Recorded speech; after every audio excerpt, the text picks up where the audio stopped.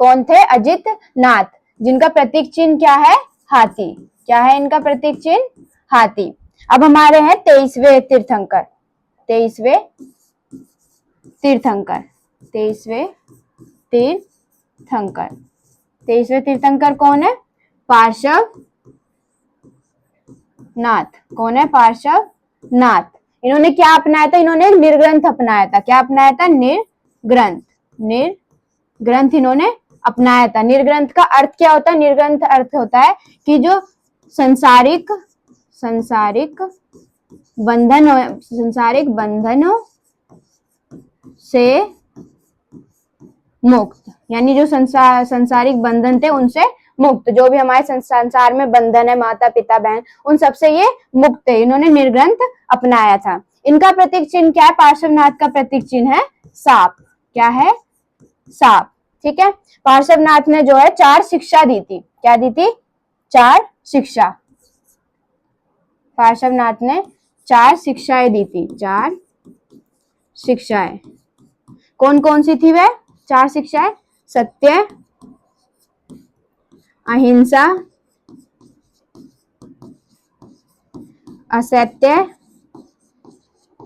असत्य और अपरिग्रह।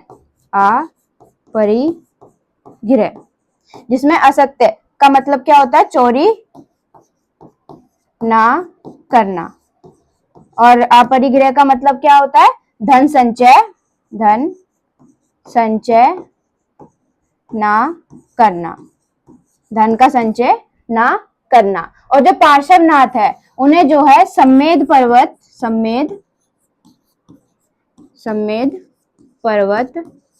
पर क्या हुई थी? शिक्षा प्राप्त हुई थी। यानी शिक्षा यानी ज्ञान प्राप्त हुआ था।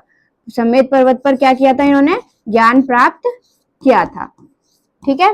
नेक्स्ट हमारे हैं 23वें तीर्थंकर हो गए पार्श्वनाथ, निर्ग्रंथ यानी संसारिक बंधनों से मुक्त। इनका प्रतीक चिन्ह सांप, 4 शिक्षाएं दी थी सत्य, अहिंसा, असत्य और अपरिग्रह। और इन्हें शिक्षा कहाँ मिली थी? सम्मेद पर्वत पर। नेक्स्ट आते हैं हमारे 24वें तीर्थंकर। 24वें तीर्थंकर 24वें तीर्थंकर 24वें तीर्थंकर 24वें तीर्थंकर कौन थे? महावीर। कौन थे? महावीर। ठीक है। जिन्हें क्या कहा जाता है? जैन धर्म का वास्तविक संस्थापक। क्या कहा जाता है? जैन धर्म का वास्तविक संस्थापक इन्हें कहा जाता है। क्या कहा जाता है इन्हें? जैन धर्म का वास्तविक संस्थापक कहा जाता है। प्रथम तो हमारे ऋषभदेव है, लेकिन वास्तविक संस्थापक किसे कहा जाता है? महावीर स्वामी को कहा जाता है। इन्होंने 5वीं शिक्षा दी थी। 5वीं शिक्षा यानी 4 शिक्षा हमें पार्श्वनाथ ने दी थी, तो 5वीं शिक्षा इन्होंने दी थी। 5वीं शिक्षा जिसका क्या अर्थ था? कौन सी थी वो 5वीं शिक्षा?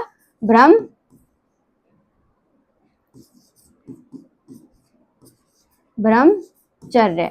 कौन सी थी? ब्रह्मचर्य। इन्होंने 5वीं शिक्षा हमें दी थी। और फिर इनका जो जन्म है, इनका जन्म कब हुआ था? इनका जन्म 540 BC में इनका जन्म हुआ था।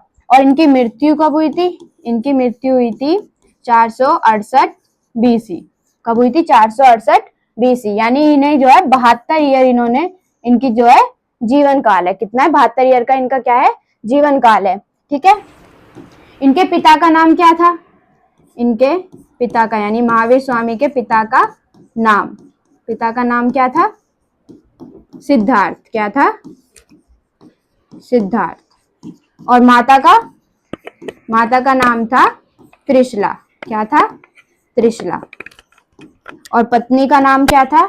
पत्नी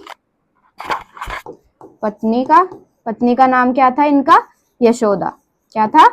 यशोदा। और इनके बचपन का नाम पूछा जाता है। ठीक है, यहाँ लिख दो इनके बचपन का नाम क्या था? वर्धमान। क्या था? वर्धमान। ठीक है। इनकी पुत्री का नाम क्या था? इनकी पुत्री का नाम क्या था? प्रियदर्शनी। प्रियदर्शनी इनकी पुत्री का नाम था। इनके दामाद का नाम क्या था? जमाली। क्या था? जमाली। जो इनके दामाद थे यानी महावीर स्वामी के दामाद कौन थे? जमाली। इन्हीं जो है जमाली जो दामाद थे महावीर स्वामी ने, इन्हें क्या दिया था? प्रथम उपदेश दिया था। इन्हें ही प्रथम उपदेश दिया। ठीक है, किसे दिया था?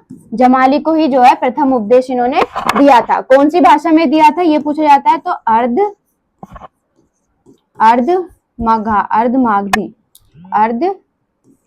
मगधी किसमें दिया था? अर्धमागधी भाषा में इन्होंने क्या दिया था? इन्हें उपदेश दिया था, जो कि बहुत कठिन भाषा थी, जिसे बाद में यानी जैन धर्म की जो बाद में भाषा चेंज हो गई थी। बाद में क्या हो गई थी इनकी भाषा? बाद में भाषा कौन सी हो गई थी? प्राकृत। कौन सी हो गई थी? प्राकृत भाषा। इसलिए जैन धर्म की भाषा किसे कहा जाता है? प्राकृत को कहा जाता है। लेकिन प्रथम उपदेश अर्धमागधी भाषा में जो है दिया गया था, क्योंकि ये कठिन भाषा थी। ठीक है, फिर इन्होंने जो है प्रथम उपदेश कहाँ दिया था? प्रथम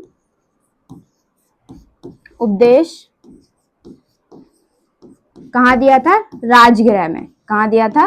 राजगृह में इन्होंने प्रथम उपदेश दिए थे। अब हमसे पूछा जाता है जैन धर्म के त्रिरत्न। जैन धर्म के त्रिरत्न। जैन धर्म के त्रिरत्न हमसे